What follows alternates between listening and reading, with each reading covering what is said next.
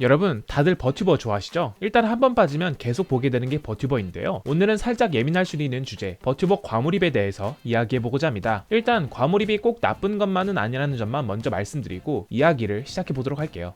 그럼 버튜버 과몰입은 무엇일까요? 사람마다 생각하는 과몰입의 기준이 전부 다르겠지만 버튜버를 위해서 취미 범주를 뛰어넘어 시간 혹은 돈을 꾸준히 소비하는 행위라고 일단 정의를 내려보겠습니다. 한마디로 말해서 현생이 아닌 버생을 사는 사람들이거나 본인 용돈이나 월급의 상당 부분을 버튜버에 소비하는 사람들이라고 볼 수 있을 텐데요. 이들은 본인이 덕질하는 버튜버에 대해서 충성도가 매우 높으며 주변 친구나 커뮤니티에서 영업을 열심히 하고 있을 가능성이 높기 때문에 버튜버 업계 입장에서도 꼭 잡아야 하는 소중한 고객층이 아닐까 싶습니다. 그럼 버튜버 과몰입은 어떻게 생각날까요? 이번 영상 제목인 버튜버 과몰입론의 핵심인 버튜버 과몰입 4단계에 대해서 설명을 해드리겠습니다.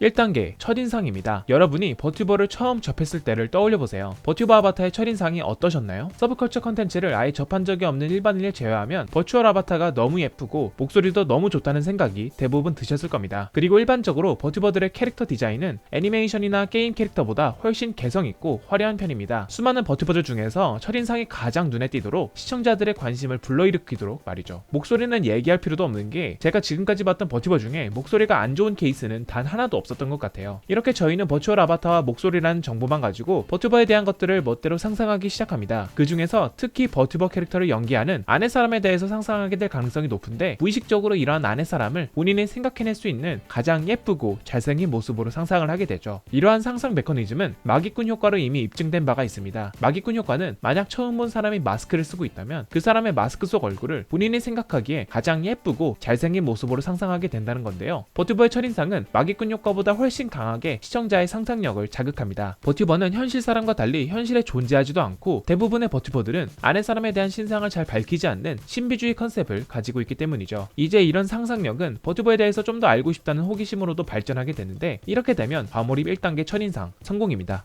자, 그럼 2단계 반복 노출입니다. 여러분이 버튜버를 한번 접하게 되면 그것이 자의적이든 타의적이든 버튜버가 여러분의 앞에 반복적으로 등장할 겁니다. 유튜브 채널을 구독하거나 트위치에서 팔로우하는 버튜버가 한 명이라도 생기는 순간 알 수 없는 알고리즘이 그 버튜버를 계속 노출시켜주죠. 대표적인 예시로 방송의 재미있는 부분을 클립으로 따서 올리는 클리퍼 영상들이 여러분의 유튜브 알고리즘을 지배하는 경험을 하신 적이 있으실 거예요. 또한 그게 버튜버 개인으로 끝나면 상관이 없는데 홀로라이브, 니지산지, 이세계 아이돌 유명한 버튜버들은 어떻게 활동하죠? 그룹으로 활동하죠. 그러니까 여러분에게 반복 노출되는 버튜버가 한 명이 아닐 가능성이 매우 높습니다. 이렇게 여러분의 일상에 버튜버가 점점 스며들게 되는 거죠. 그리고 반복 노출을 시키는 전략이 버튜버마다 조금씩 다른 게 참 매력적인데요. 예를 들어 스텔라이브의 아이리 칸다 같이 노래를 잘 부르는 버튜버는 본인의 노래를 반복적으로 듣게 만들며 이세돌 같이 왁터버스라는 세계관이 탄탄하게 형성되어 있는 버튜버는 이세돌뿐만 아니라 고멤 컨텐츠까지 떠먹여주기 위해 관련 영상들을 반복적으로 노출시켜주죠. 이처럼 특정 대상의 반복 노출로 인해 처음에는 싫어하거나 무관심에 가까웠지만 결국에는 호감도가 높아지며 거부감이 사라지는 현상을 심리학 용어로 에펠탑 효과라고 하는데요. 파리에 사는 사람들이 에펠탑을 자주 보면서 호감을 갖게 된 것처럼 버튜버도 자주 보면 불쾌한 골짜기도 덜 느껴지는 것 같고 왠지 모르게 정이 들고 호감으로 바라보게 되며 여기까지 오면 이제 과몰입 2단계까지 성공하게 된 것입니다.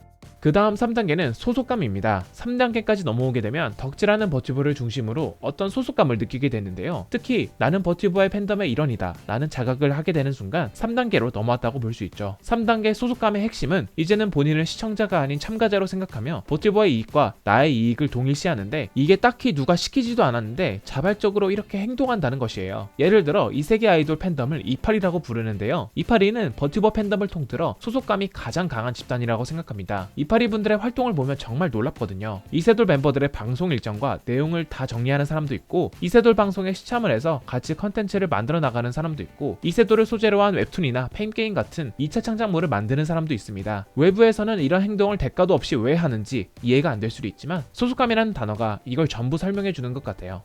마지막 과몰입의 4단계는 유사연의 감정입니다. 3단계에서 소속감을 느끼는 사람들 중 일부는 버튜버와 나의 관계를 좀 더 특별하게 생각하는 경우가 있을 건데 이런 특별한 감정이 이성적으로 발현이 된다면 유사연의 감정으로 이어질 수가 있습니다. 유사연의 감정은 일본 버튜버 팬덤에서 가츠코이라는 단어로도 많이 사용이 되는데 둘 간의 의미 차이는 당연히 있겠지만 유사연의 감정이든 가츠코이든 핵심은 연애와 비슷한 감정을 느끼기는 하지만 실제로 만나서 인간관계를 맺지는 못한다는 것에 있습니다. 가츠코이로 가장 유명한 버튜버를 꼽자면 홀로라이브 버튜브 3기 소속이었던 우루와 루시아가 있는데요. 방송에서 고백한 애한테 차였으면 나랑 사귀면 되잖아 라고 말한다든지, 트위터에 모두의 사랑이 필요해 라는 식으로 글을 남긴다든지, 루시아는 가치코이 조련사라고 불릴 만큼 시청자들의 유사연의 감정을 명백하게 부추겼죠. 한창 활동하던 2021년에는 전세계 슈퍼챗 1위를 달성할 정도로 정점에 서기도 했었는데요. 이렇게 루시아처럼 버튜버가 의도하든 혹은 의도하지 않든지 간에 유사연의 감정을 가지는 시청자들이 생길 수밖에 없다는 것이 바로 이 4단계의 핵심입니다. 버튜버와의 유사연의 감정은 현실 아이돌보다 훨씬 더 쉽고 빠르고 깊게 느낄 수 있다고 생각하는데요. 왜냐하면 버튜버는 나와 같은 덕후 재질의 사람이라는 동질감이 기본 전제로 깔려있기 때문입니다. 버튜버의 아내 사람들은 대부분 게임이나 애니 같은 서브컬처 컨텐츠에 대한 이해도가 있는 사람들, 한마디로 덕후인 경우가 많은데, 시청자의 대부분도 역시 덕후로 구성되어 있죠. 시청자 입장에서는 내가 좋아하는 애니를 버튜버도 맞고, 내가 좋아하는 게임을 버튜버도 플레이하고, 내가 좋아하는 애니나 보컬로이드 노래를 불러준다? 버튜버가 나와 취향이 비슷하니 친밀감을 가지는 건 한순간이고, 나아가 호감으로 발전한 가능성도 높아집니다. 보통 4단계까지 오면 버튜버에게 희로애락의 감정을 모두 느끼게 될 거예요. 예를 들어 내가 좋아하는 버튜버가 이제는 인기가 많아져서 내 채팅이나 도네이션이 묻히게 된다면, 인기가 많아져서 드는 기쁜 감정과 이젠 나에게 관심을 덜 가져주는 데서 오는 섭섭한 감정이 동시에 들 수 있는데, 이 정도면 4단계까지 온 게 아닐까 하는 생각이 드네요.